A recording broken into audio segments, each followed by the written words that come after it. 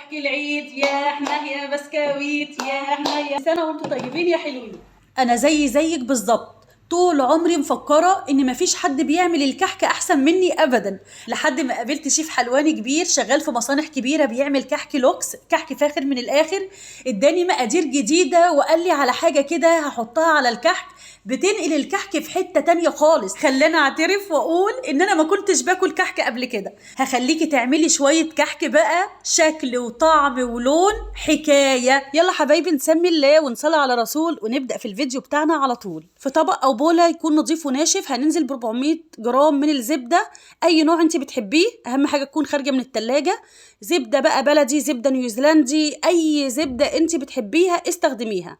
هنحط كمان 150 جرام من السمنه، والسمنه اللي انا مستخدماها سمنه بلدي، لان السمنه البلدي بتنقل الكحك في حته تانية خالص. طب انا يا رشا ما عنديش سمنه بلدي، اعمل ايه؟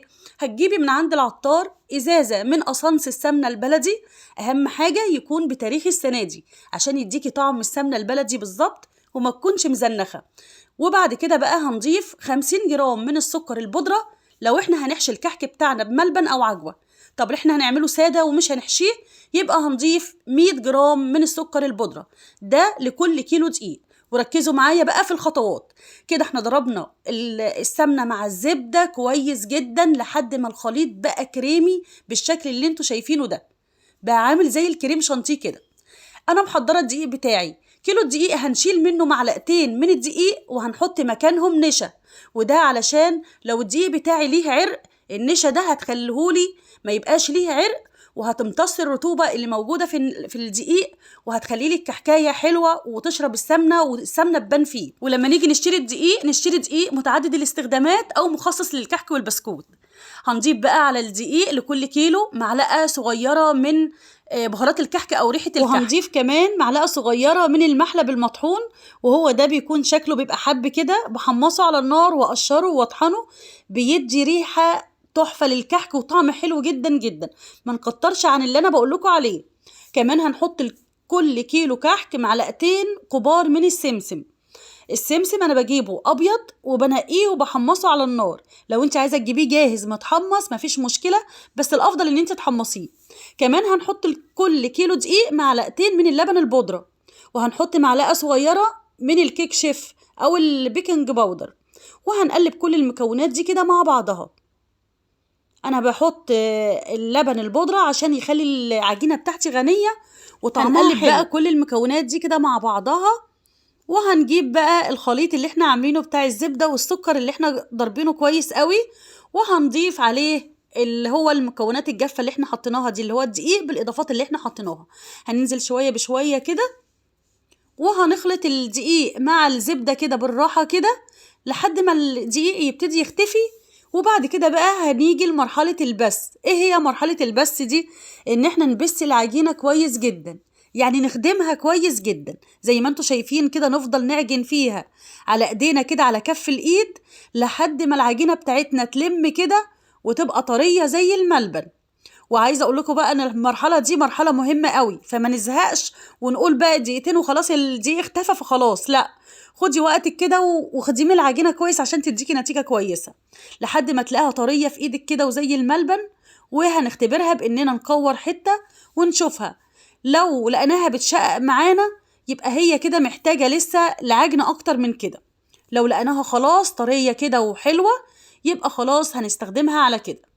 طب انت لو عملتي كل المحاولات فيها وبستيها كويس قوي ولقيتيها وانت بتعمليها ناشفه او بتفرول معاكي، تعملي ايه في الحاله دي؟ يبقى هي محتاجه بسيط قوي من السوائل، هتديها شويه ميه صغيرين زي بالمعلقه كده، معلقه او معلقتين بس من الميه، يا دوب بس معلقتين الميه دول تلمي بيهم بس العجينه كده عشان تطرى معاكي.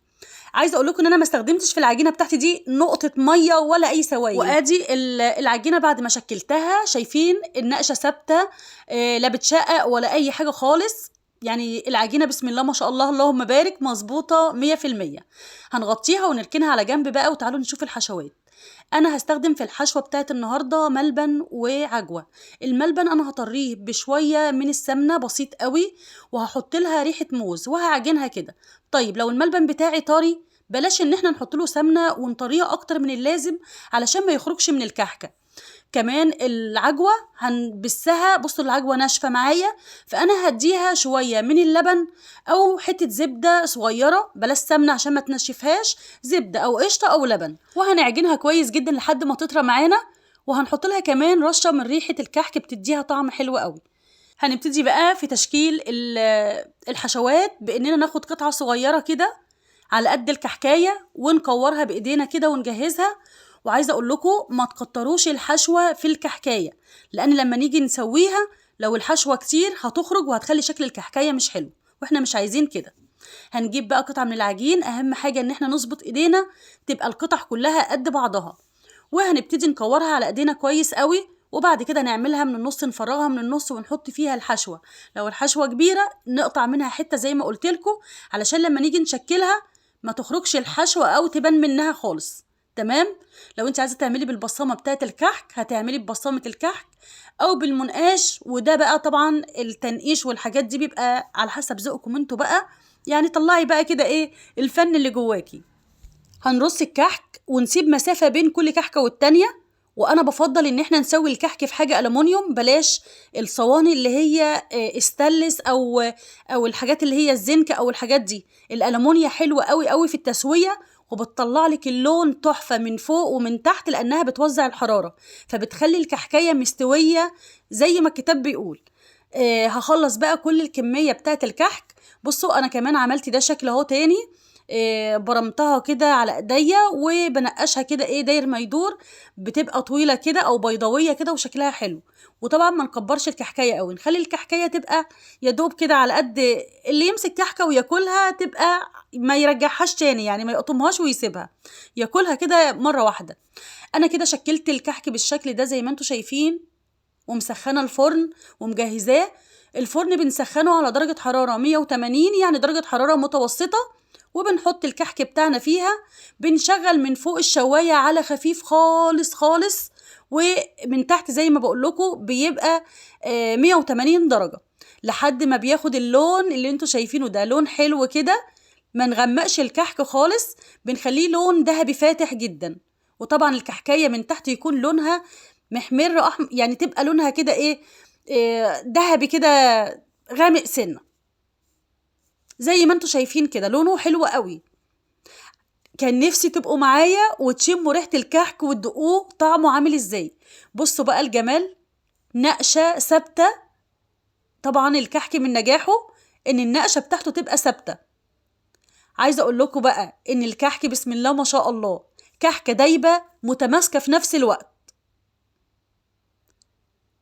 عايزة اقول لكم بجد تحفة. بصوا كمان مفرغة ازاي. نسيت اقول لكم على معلومة مهمة جدا جدا، الكحك ما بيتحطلوش خميرة خالص.